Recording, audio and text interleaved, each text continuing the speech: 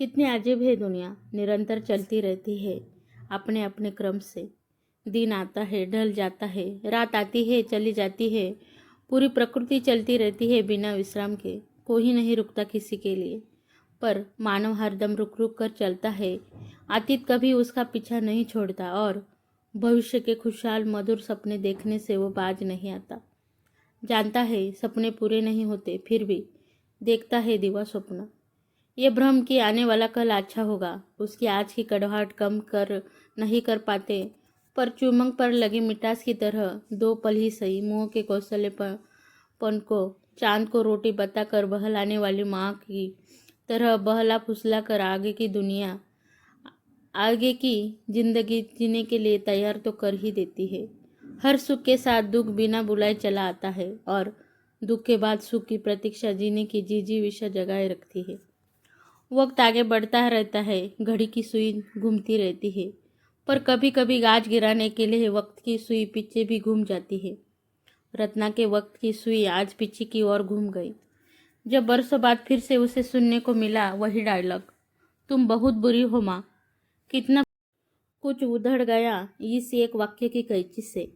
उसकी तमाम मजबूत सिलाई धड़धड़ा कर निकल गई और रंगीन कवर के नीचे से झांकने लगी। पेबंद लगी जिंदगी। अतीत के झरोखे से जब झांकने लगी रत्ना, तो लगा कि उसका पूरा बचपन बहुत शानदार था। खुशकिस्मत थी रत्ना। प्रतापगढ़ राजघराने में जन्मी थी। रियासत अब नहीं थी, पर रहन सहन में तामझाम शाही शौन शौकत आज भी कायम थी। महल नहीं था, पर उसकी हवेली भी महल से कम नहीं थी। अदब वाले नौकर चाकर भी हर समय अपनी हाजिरी देने के लिए तत्पर रहते थे। उसकी कोई भी फरमाइश और ख्वाहिश हर हाल में पूरी की जाती थी।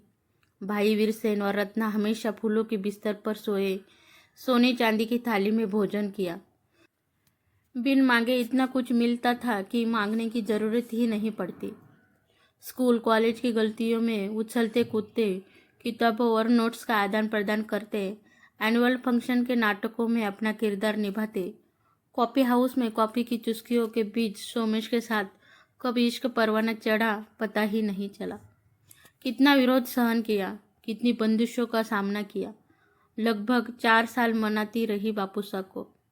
बहुत उकसाया सहेलियों ने भागकर शादी करने के लिए, पर वो तो राजी थी न सोमेश। शादी जब भी होगी बड़ों के आशीर्वाद के साथ होगी, सही ख्वाहिश थी दोनों की। जब बापूसा राजी हुए तभी हुई उन दोनों की शादी। बस खाली सी एक साड़ी में लिवा लाए थे स्वाभिमानी सोमेश उसे। बापूसा बहुत कुछ देना चाहते थे, पर सोमेश ने इनकार कर दिया। रत्ना राजमहल से निकलकर साधारण से परिवार की बहू बन गई। वो खुश थी। सुदर्शन कद काठी, ऊंचे सपने, सादा जीवन, उच्च विचार का आदर्श सहेज, शांतिप्रिय युवक था उसका जीवन साथी सोमेश। उसे गर्व था अपने निर्णय पर। सोमेश पढ़ने में बहुत अच्छा था और दूसरों को पढ़ाने में भी उसे टीचर की जॉब कर ली। शुरुआत में जीवनयापन की भी बहुत समस्याएं आई। पाई पाई को दांत से पकड़ कर रखना रत्ना के वश की बात नहीं थी। कभी कभी उसे थोड़े से खर्च के लिए कई महीनों का इंतजार करना पड़ता। महंगी साड़ियाँ और ज्वेलरी बनना सपना बनकर रह गई थी। छोटी छोटी बातों पर रत्ना के यहाँ आए दिन पार्टी का आयोजन होता था, पर अब रत्ना को जन्मदिन और शादी की सालगिरह पर भी सिर्फ मंदिर जाकर संतोष करना पड़ता। कभी कभी झुंझला जाती हो। अपनी झुंझलाहट में सोमेश की साधारण नौकरी पर तीखे व्यंग करने से भी बाज नहीं आती। उसे गुस्सा आता सोमेश पर, क्यों दहेज नहीं लिया? अगर लिया होता तो सुख सुविधाओं से युक्त शानदार घर से लेकर महंगी ज्वेलरी तक सब कुछ होता उसके पास। पर सोमेश का शांत संतुलित व्यवहार उसकी हर नादानी को मुस्कुराहट की हवा में उड़ा देने की कला जानता था। वक्त के साथ धीरे धीरे सोमेश के प्रेम ने हर रिक्तता को भर दिया। वो खुद भी सोमेश के रंग में रंगती चली गई। जब प्रेम सर चढ़कर बोलता है तो कमियां ही खूबियां बन जाती है।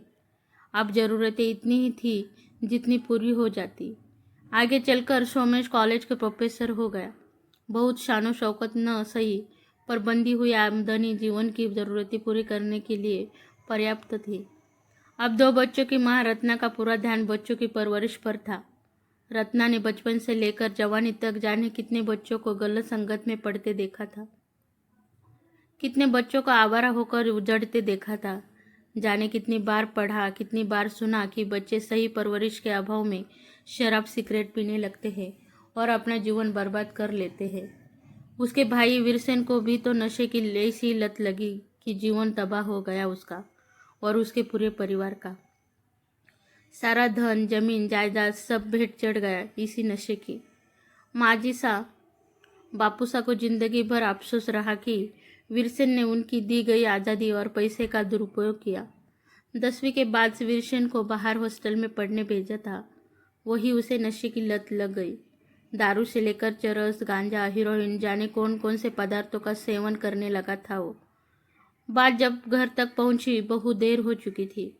बापूसा ने बहुत कड़ाई की, नशा मुक्ति केंद्र में भी लंबे समय तक रखा, पैसे देने बंद कर दिए, पर वो कभी कीमती सामान बेचकर तो कभी किसी से उधार लेकर अपनी ज़रूरतों का पूरा कर ही लेता था। खुद की गोल्ड चेन, रिस्ट वॉच तक आधे से कम कीमत पर बेच आता। कभी माजिसा के गहने ले जाता तो कभी बापूसा की पॉकेट खाली कर देता। यहाँ तक कि गाय भैंस भी बेचकर नशे का जुगाड़ कर लेता। आवारा दोस्तों का एक ऐसा जमघट उसके पास था कि उनकी गिरफ्त से वो बाहर निकल ही नहीं पाया। सब वीरसेन के पैसे पर ऐश कर रहे थे। वो दुधारू गाय था सबके लिए, सो वे लोग किसी भी हाल में छोड़ नहीं रहे थे उसे। हालात दिन प्रतिदिन सुधरने की बजाय बिगड़ते चले गए। माजिसा बेटे के ठीक होने की प्रार्थना करती, भगवान के आगे आंचल फैलाती, आंसू बहाती, बेटे को अपनी सौगंध देती, पर पानी सर से ऊपर निकल चुका था। वे अपनी तमाम मान, मनोबल और शक्तियों के बावजूद उसे रास्ते पर नहीं ला पाए। उनके अंतिम समय में न पैसा उनके पास रहा, न संतान ही। माजिसा बापूसा के हालातों ने उसे भी तोड़कर रख दिया था। वो माजिसा बापूसा को दिलासा देती, उनके घावों पर संवेदनाओं की मरहम पट्टी करती, कभी कभी उनके पास सप्ताह भर रह आती, कभी जीत करके उन्हें अपने पास ले आती। पर बेटे के गम में घुलते माजिसा बापूसा असमय बूढ़े हो गए और जाने किन किन रोगों ने उन्हें अपना शिकार बना लिया था। रत्ना चाहकर भी उनकी असमय मृत्यु को रोक नहीं पाई। बहुत विचलित थी वो।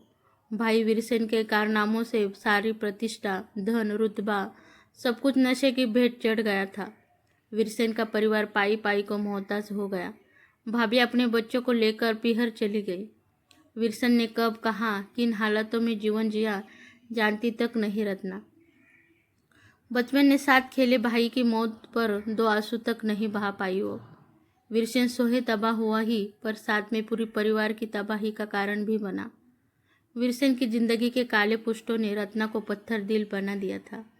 अब वो अपने बच्चों को बहुत प्यार करती थी, पर उनके भविष्य को लेकर हमेशा ही अत्यधिक सावधानी बरतती थी। भीतर के नरम दिल को कभी बाहर नहीं आने देती। अपनी भावनाओं के बहाव को जबरदस्ती सीने छुपाकर कठोरता को धारण कर लेती। उसने अपने बच्चों को हमेशा ही अनुशासन में बांध कर रखा था। निश्चित समय पर खाना पीना, सोना, पढ़ना और खेलना, किसी भी तरह की कोई कोताही उसे बर्दाश्त नहीं थी। वीरसेन की बर्बादी को बहुत नज़दीक से देखा था रत्ना ने। शायद यही कारण था कि अपने बच्चों के प्रति ज़्यादा उदार नहीं रह पाई वो। कभी कभी सोमेश समझाते, सबको एक तुला में नहीं तोला जा सकता रत्ना। सब बच्चे वीरसेन की तरह आवारा नहीं निकलते। रानी और राजू को अपना बचपना जीने दो। बंदिशों का ऐसा पहाड़ मत खड़ा करो कि उनका व्यक्तित्व ही मर जाए।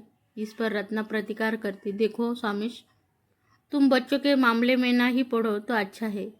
मुझे पता है क्या सही है और क्या गलत। मैं माँ हूँ, उनके भले के खातिर ही मैंने अपनी ममता को भीतर ही भीतर दबोच रखा है। वो एक बार पढ़ लिख कर अपनी मंजिल पाले, अपने पैरों पर खड़े हो जाए, अपना भला बुरा समझने लगे, बस फिर मैं आज़ाद कर दूंगी उन्हें। फिर जहाँ चाहे उड़े, मैं रुकावट नहीं बनूंगी। पर जब तक वे उड़ने लायक नहीं हो जाते, कोई समझौता नहीं।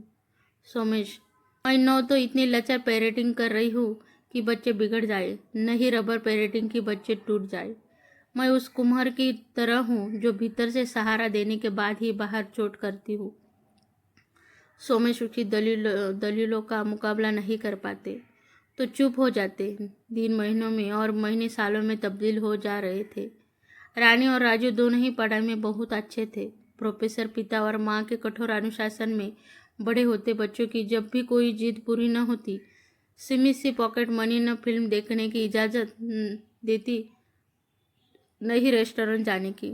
जब भी बच्चों को लगता वे दूसरे बच्चों की तरह आज़ाद नहीं है, जब भी उन्हें टीवी देखने से रोका जाता, परीक्षा के दौरान तो टीवी का कनेक्शन तक कटवा दिया जाता था, तब रानी और राजू दोनों मुंहों से एक ही डायलॉग निकलता, तुम बहुत बुरी हो माँ। रत्ना इस डायलॉग को एक कान से सुनकर दूसरे से निकालने का दिखा करती, पर भीतर ही भीतर तड़प कर रह जाती। एक माँ को उसकी ही संतान बुरा कहे, इससे ज़्यादा दुख इस दुनिया में किसी को किसी बात से नहीं हो सकता। रत्ना सोचती, मैं ये सारी शक्तियाँ तुम्हारा भविष्य बनाने के लिए ही तो कर रही हूँ। बच्चों, जिस दिन कुछ बन जाओगे, इस माँ की शक्तियों का मर्म समझ पाओगे। जिस दिन तुम माँ बाप बनोगे, तब जान पाओगे कि कितना मुश्किल होता है अपनी ममता का गला घोटकर अनुशासन का पाठ पढ़ाना। ऐसा नहीं था कि वो कोई हिटलर थी। घर पर बच्चों का बर्थडे सेलिब्रेट करती, एक एक लजीज डिश वो खुद पकाती, टिफिन ऐसा डालती कि सारे दोस्त टूट पड़ते थे। जब भी कोई अच्छी मूवी थिएटर में लगती, वो प्रोफेसर साहब के साथ बच्चों को भी लेकर ही जाती। बच्चों को बिना कभी कोई मूवी में वे लोग नहीं देखते। 2 साल में एक बार कहीं न कहीं घूमने भी अवश्य जाते, पर हाँ, वो बेमतलब की फिजूल खर्ची नहीं करने देती। घर में बैठकर वीडियो गेम नहीं खेलने देती, बेसिर पैर का गेम शो WWF नहीं देखने देती, बाहर के जंक फूड नहीं खाने देती, आवारा दोस्तों को वो पल भर नहीं टिकने देती, बच्चों से मेहनत करवाती, एक एक नंबर के लिए PTM में टीचर का सर खाती, बच्चों को सुबह जल्दी उठाकर पढ़ाने बिठाती, फिर भले उसको खुद भी जागना क्यों न पड़े। और बस इन्हीं सब की बदौलत जाने कितनी बार बच्चों के मुंहों से सनसनाता सा एक तीर निकलता कि तुम बहुत बुरी हो माँ, जो उसके सीने को क्यों पूरे अस्तित्व को तार तार कर जाता था। इतना सब होने के बाद भी वो पीछे नहीं हटी। सोमेश भी उसकी लगन, मेहनत और इरादों को जानते थे, इसलिए उसके और बच्चों के बीच कभी नहीं आए। बच्चों को प्रोग्रेस देखकर वे भी बहुत खुश थे। ये तब की बात है जब रानी कॉलेज में और राजू 12वीं में था। अचानक हृदय गति रुक जाने से सोमेश उसे छोड़कर चले गए। भरी दुनिया में बच्चों के सिवा उसका कोई नहीं था। महीनों बाद जब वो संभली, तब लगा घर की आर्थिक स्थिति को संभालने और बच्चों की परवरिश के खातिर उसे अब हर हाल में नौकरी करनी होगी, अन्यथा बच्चों का भविष्य बिगड़ जाएगा और ऐसा वो हर हाल नहीं होने दे सकती। थोड़ी सी कोशिश और सोमेश के दोस्तों की सिफारिश से उसे सोमेश के कॉलेज में टीचर की नौकरी मिल गई। अब उसके संसाधन और आमदनी एकदम सीमित हो गए थे। जवानी की दहलीज पर उम्र के जिस मोड़ पर बच्चों को पिता के साये की बेहद जरूरत थी, सोमेश उन्हें छोड़कर चले गए थे। रत्ना ने तब जी तोड़ कोशिश की कि बच्चों को कोई कमी न रहे। नौकरी और घर दोनों धुरियों को साथी हुई आंखों में आंसू और होठों पर मुस्कान लिए वो चुपचाप चली जा रही थी। अपने मकसद पर उसकी नजरें टिकी थी। पुरुषार्थ का प्रतिसाद भी मिला उसे। रानी ने इंजीनियरिंग की डिग्री के बाद MBA किया और फिर साथ में पढ़ने वाले चिराग से शादी। राजू ने इंटीरियर डिज़ाइनर की डिग्री लेकर एक बड़ी कंपनी में डिज़ाइनर के तौर पर अपना जॉब शुरू किया। कंपनी ने उसे ऑस्ट्रेलिया भेज दिया। लगभग 2 सालों से वो वही है। रत्ना खुश थी। बच्चों की तरक्की देखकर वो पुराने सारे गम भुला चुकी थी। अब बुढ़ापे की ओर बढ़ते हुए शरीर के साथ एकाकी रहना खलता जरूर था, पर वो अपने आप को व्यस्त रखती। रिटायरमेंट में अभी 2 साल शेष थे। आगे की जिंदगी के बारे में बहुत नहीं सोचा था उसने। दिन सरकते जा रहे हैं, यही क्या कम है। दिन कॉलेज में निकल जाता और रात किताबों और संगीत के सहारे।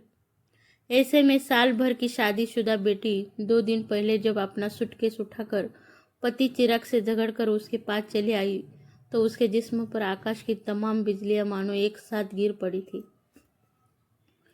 बेटी और दामाद से पूछताछ करने और उनकी बातों की तह तक जाकर उसे एहसास हुआ कि ये सिर्फ और सिर्फ अहंकार की लड़ाई है, जहाँ छोटी छोटी बातों को उसकी रानी ने इशू बना लिया था।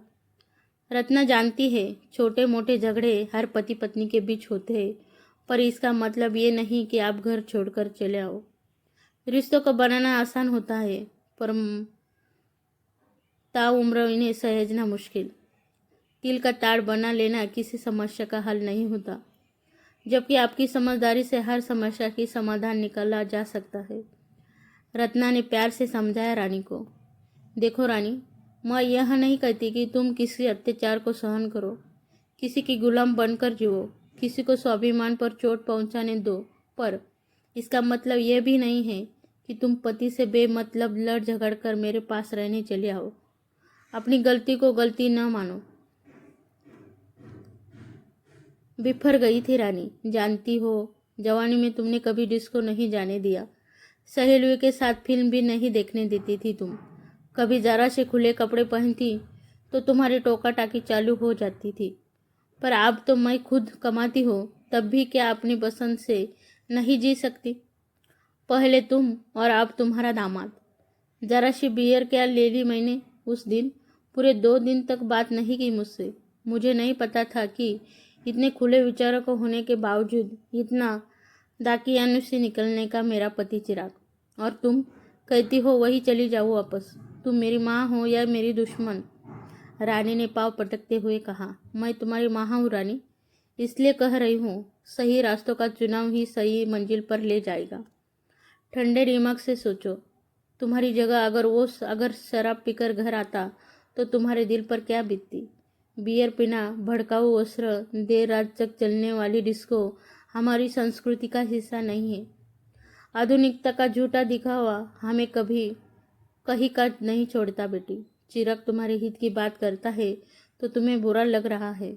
अगर वो तुम्हारी परवाह न करे तो अच्छा लगेगा तुम्हें। तुम जानती हो, मैं वो माँ नहीं जो अपनी संतान की कमियों पर पर्दा डालकर उसका अहित करे।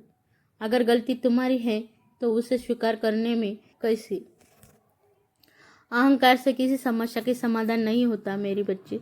पति पत्नी के बीच छोटी मोटी बात होती रहती है, पर उस छोटी सी बात को जीवन पर हावी होने दोगी तो जिंदगी में बिखराव के अलावा कुछ भी हासिल नहीं होगा। मैं तुम्हारा घर उजड़ते हुए नहीं बसते हुए देखना चाहती हूँ। नादान कदमों की लड़खड़ाहट से लंबी रेस को नहीं जीता जा सकता, इसलिए समझदारी से काम लो। तुम्हारे साथ जिस दिन कुछ गलत होगा मैं खड़ी रहूँगी तुम्हारे साथ, पर तुम्हारी गलतियों की अनदेखी मैं नहीं कर सकती। पर माँ, मैं खुद कमाती हूँ, अपने पैरों पर खड़ी हूँ, फिर क्यों रहूँ किसी कैद खाने में? मैं आज़ाद होकर जीना चाहती हूँ। तुम्हें तो खुश होना चाहिए, आखिर तुम भी तो अकेली रहते रहते थक गई होगी। मैं साथ रहूँगी तो तुम्हें भी आराम रहेगा।